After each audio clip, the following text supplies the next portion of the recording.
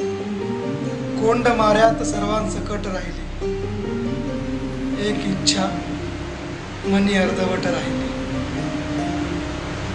चुंबले ओठ तेव्हा मला कळाले, आज आमटी थोडी तिखट राहिली.